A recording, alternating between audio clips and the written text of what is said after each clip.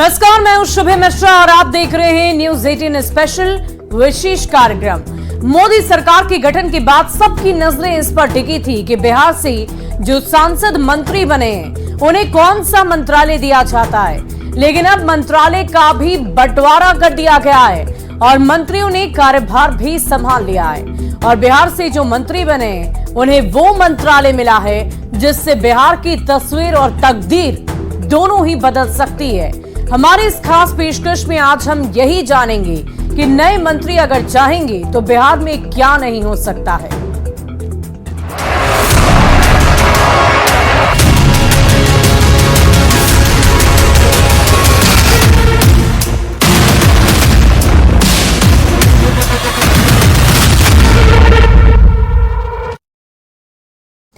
और केंद्र की मोदी सरकार की कैबिनेट में बिहार से 8 सांसद मंत्री बनाए गए हैं। ये 8 मंत्रालय ऐसे हैं जिससे बिहार की तस्वीर ही नहीं तकदीर भी बदली जा सकती है और बिहार विकास की उन ऊंचाइयों को छू सकता है जिसका सपना हर बिहारवासी देखता है।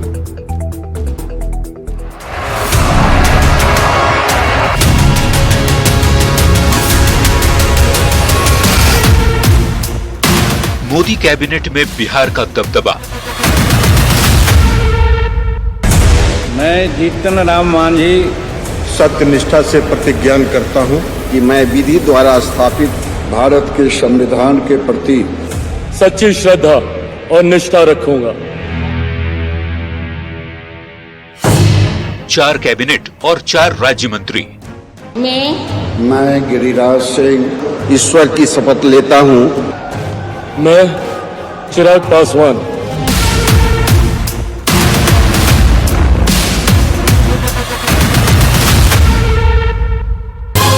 क्या बदल जाएगी बिहार की तकदीर?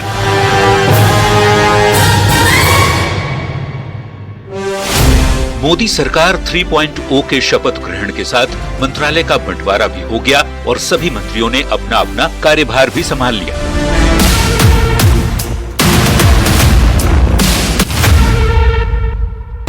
इस बार जिन राज्यों से सबसे ज्यादा मंत्री बनाए गए हैं उसमें दूसरे नंबर पर आता है बिहार, जहां से गठबंधन के सहयोगियों को मिलाकर 8 सांसद मंत्री बने हैं। गिरिराज सिंह और नित्यानंद राय को छोड़ दें तो बाकी के 6 सांसदों को पहली बार मोदी कैबिनेट में जगह मिली है और उन्हें ऐसा मंत्रालय दिया गया है जिससे बिहार की तस्वीर और तकदीर दोनों ही बदल सकती है। देखिए, चाहे एग्रीकल्चर हो या फिर मत्स्य पालन हो, फूड प्रोसेसिंग हो, और ऐसे मंत्रालय भी बिहार के जो मिनिस्टर्स बने हैं उनको मिले हैं। चिराग पासवान को फूड प्रोसेसिंग मिला है, तो निश्चित रूप से काफी संभावना है इसमें। और जैसे एमएसए में एमए मिला है जीतन राम मांझी जी को, तो इस सेक्टर में खास करके हमारे जो प्राइमरी और सेकेंडरी सेक्टर में जो है ना, काफी संभावना है जो स्टार्ट करके जिसमें कि इन्वेस्टमेंट कम लग सकता है, उस इंडस्ट्री का ग्रोथ हो सकता है। किस मंत्रालय से बिहार को क्या फायदा हो सकता है, उससे पहले ये देख लीजिए कि किसे कौन सा मंत्रालय मिला है। गिरिराज सिंह को कपड़ा मंत्रालय, ललन सिंह को पंचायती राज, मत्स्य पालन, पशुपालन और डेयरी मंत्रालय, जीतन राम मांझी को सूक्ष्म लघु और मध्यम उद्यम मंत्रालय, चिराग पासवान को खाद्य प्रसंस्करण मंत्रालय, नित्यानंद राय को गृह राज्य मंत्रालय, सतीश चंद्र दुबे को कोयला और खान राज्य मंत्रालय, राजभूषण निषाद को जल शक्ति राज्य मंत्रालय, जबकि रामनाथ ठाकुर को कृषि और किसान कल्याण राज्य मंत्रालय मिला है।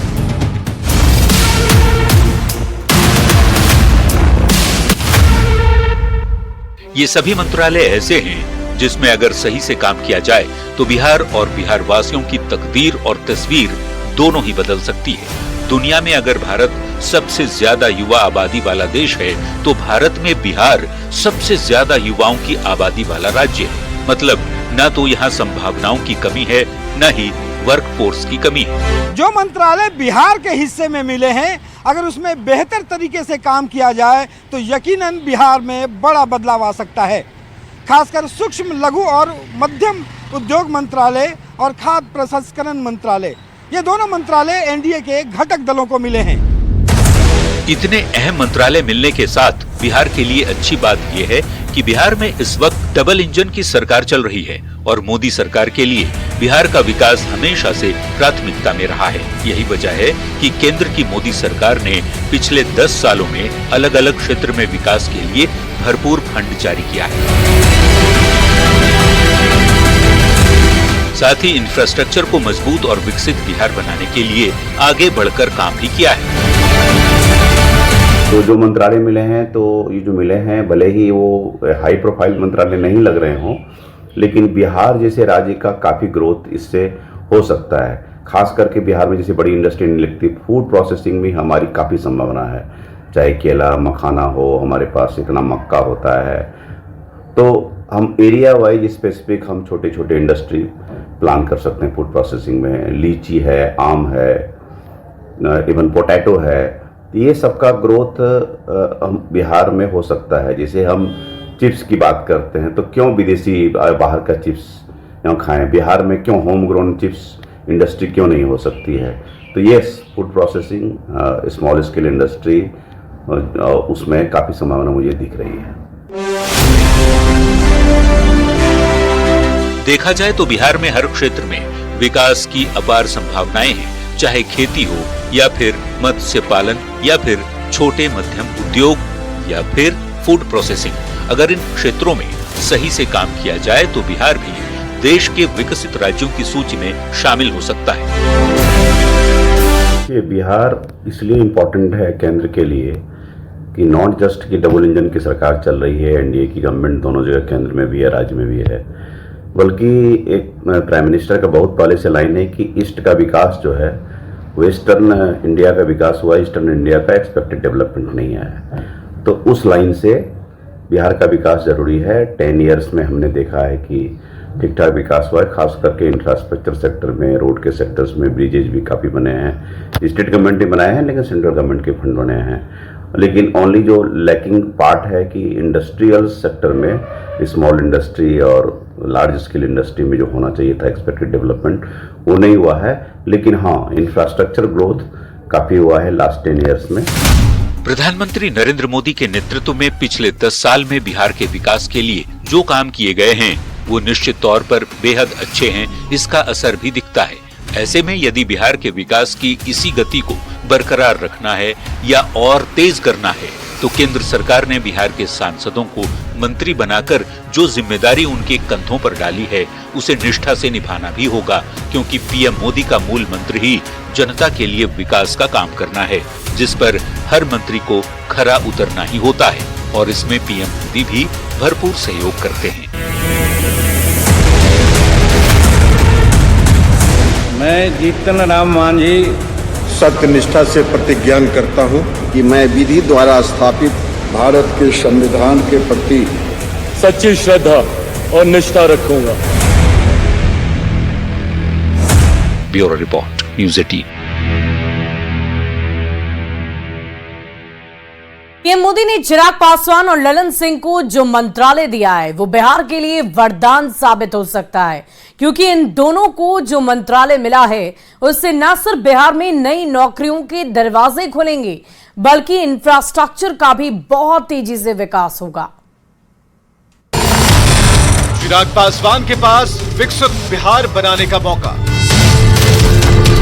पूरा होगा विकसित बिहार का सपना। बिहार में बढ़ सकते हैं रोजगार के अवसर।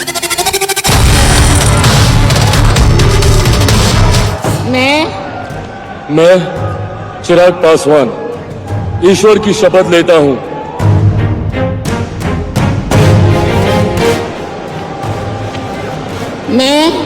मैं राजीव रंजन सिंह उर्फ ललन सिंह सत्यनिष्ठा से प्रतिज्ञा करता हूं कि मैं विधि द्वारा स्थापित भारत के संविधान के प्रति सच्ची श्रद्धा और निष्ठा रखूंगा।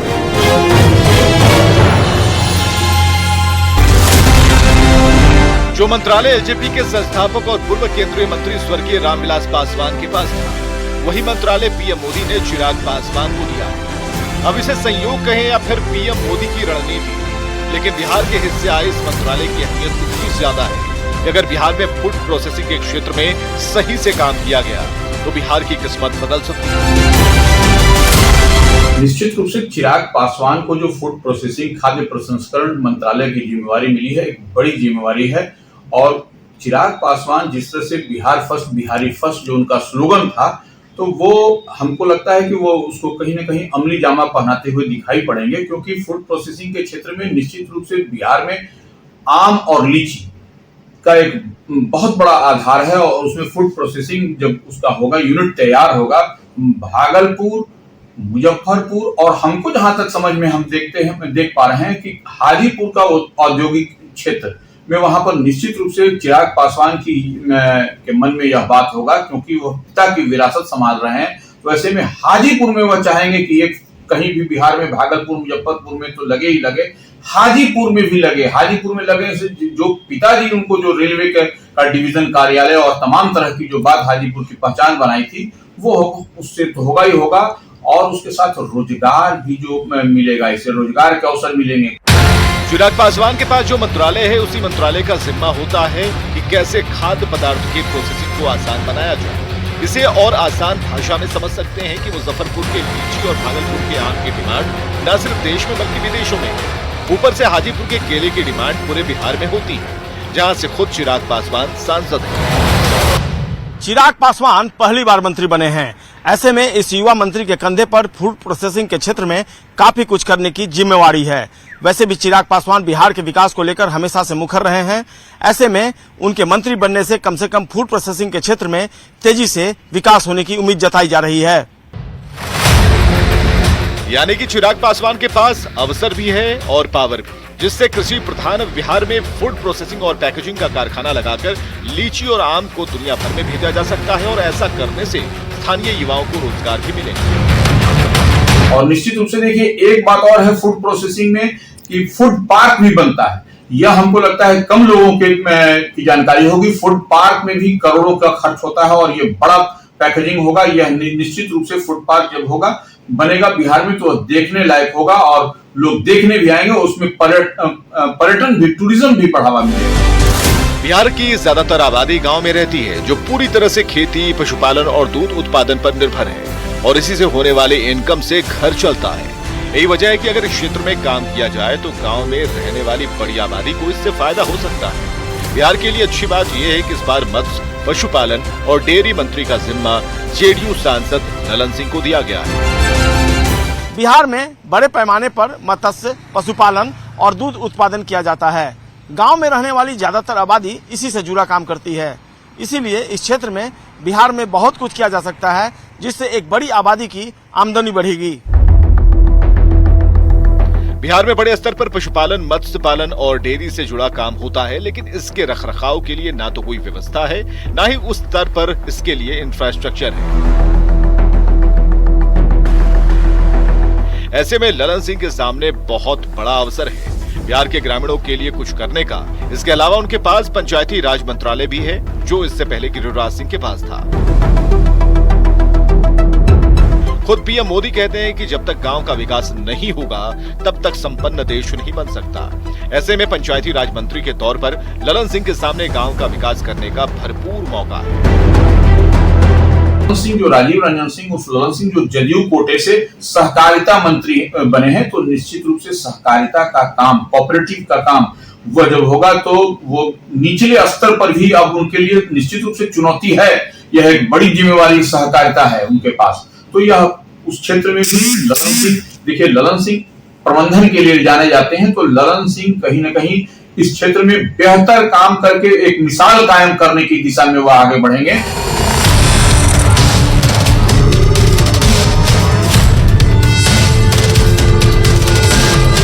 चिराग पासवान और ललन सिंह के कंधों पर जितनी बड़ी जिम्मेदारी पीएम मोदी ने दी है, उसका लाभ निश्चित तौर पर बिहार को भी मिलेगा।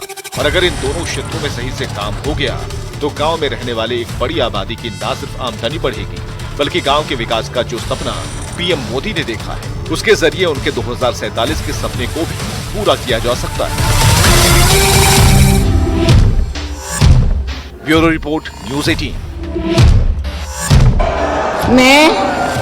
मैं चिराग पासवान ईश्वर की शपथ लेता हूं। और बिहार में जिन 8 मंत्रियों ने शपथ ली है उसमें 3 बहुत ही अहम मंत्रालय हैं। कपड़ा, लघु मध्य उद्योग और गृह राज्य मंत्री।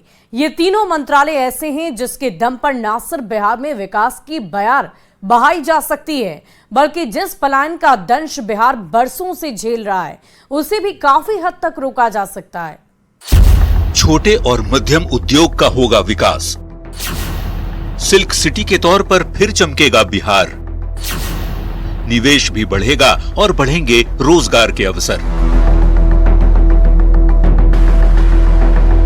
बिहार में ना तो विकास की संभावनाओं की कमी है, न ही यहां प्रतिभा का कोई अभाव है। बावजूद इसके बिहार का दुर्भाग्य रहा कि यहां से बड़े स्तर पर पलायन होता है। इसी को रोकने की जिम्मेदारी इस बार केंद्र की मोदी सरकार ने बिहार के सांसदों के कंधों पर रख दी है। खासकर जो मंत्रालय जीतन राम मांझी, गिरिराज सिंह और नित्यानंद राय को मिला है। अगर ये तीनों मंत्रालय ने अपना बेस्ट परफॉर्मेंस दिया तो न सिर्फ बिहार से पलायन रुक सकता है, बल्कि यहाँ बड़े स्तर पर रोजगार के अवसर भी पैदा किए जा सकते हैं। भागलपुर का सिल्क उद्योग न सिर्फ भारत में बल्कि दुनिया भर में फेमस है, जिसकी बड़े स्तर पर डिमांड रहती है। लेकिन इस उद्योग की हालत आज के समय में इतनी खराब है कि छोटे छोटे बुनकरों ने तो अपना काम ही बंद कर दिया है। ऐसे में पहली बार कपड़ा मंत्रालय संभाल रहे गिरिराज सिंह के सामने भागलपुर के सिल्क उद्योग को न सिर्फ बचाने बल्कि इसे बढ़ाने की भी जिम्मेदारी है, ताकि भागलपुर की पहचान सिल्क सिटी के तौर पर जो थी उसे एक बार फिर से स्थापित किया जा सके।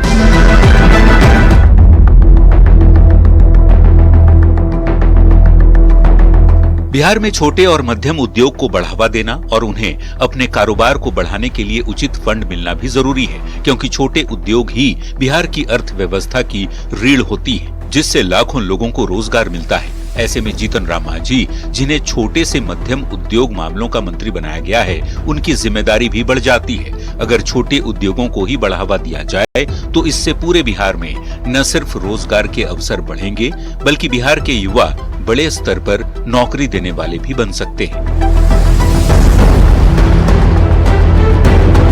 बिहार में नौकरी के अवसर बढ़ने की पूरी संभावना है। यहाँ के युवाओं में प्रतिभा भी है और अवसर भी। लेकिन इसके बाद भी यदि बड़े स्तर पर प्रदेश में निवेश नहीं आ रहे तो उसकी एक बड़ी वजह है कानून व्यवस्था। इसमें कोई दो राय नहीं कि बिहार में कानून व्यवस्था में काफी सुधार हुआ और बड़े स्तर पर इंफ्रास्ट्रक्चर भी डेवलप हुए। राज्य सरकार हर क्षेत्र में विकास का काम कर रही है, लेकिन कानून व्यवस्था को लेकर बिहार की छवि ऐसी बनाई गई है जिससे निवेशक बिहार को शक की निगाह से देखते हैं। ऐसे में गृह राज्य मंत्री नित्यानंद राय की जिम्मेदारी बढ़ जाती है, क्योंकि उनके कंधों पर मोदी सरकार ने गृह राज्य मंत्रालय का जिम्मा रख दिया है। बिहार में न तो रिसोर्सेस की कमी है, न ही वर्क फोर्सेस की। बस जरूरत है बिहार की छवि को बदलने की, ताकि निवेशक बिना किसी आशंका के यहाँ निवेश कर सके। यही वजह है कि इस बार बिहार के हिस्से जो भी मंत्रालय आया, अगर वो सभी अपने अपने हिस्से का काम 100% करें तो बिहार से पलायन के दंश को हमेशा के लिए खत्म किया जा सकता है। Bureau report, news 18। तो इस खास पेशकश में अभी के लिए बस इतना ही, लेकिन न्यूज़ 18 बिहार झारखंड पर खबरों का सिलसिला लगातार जारी है।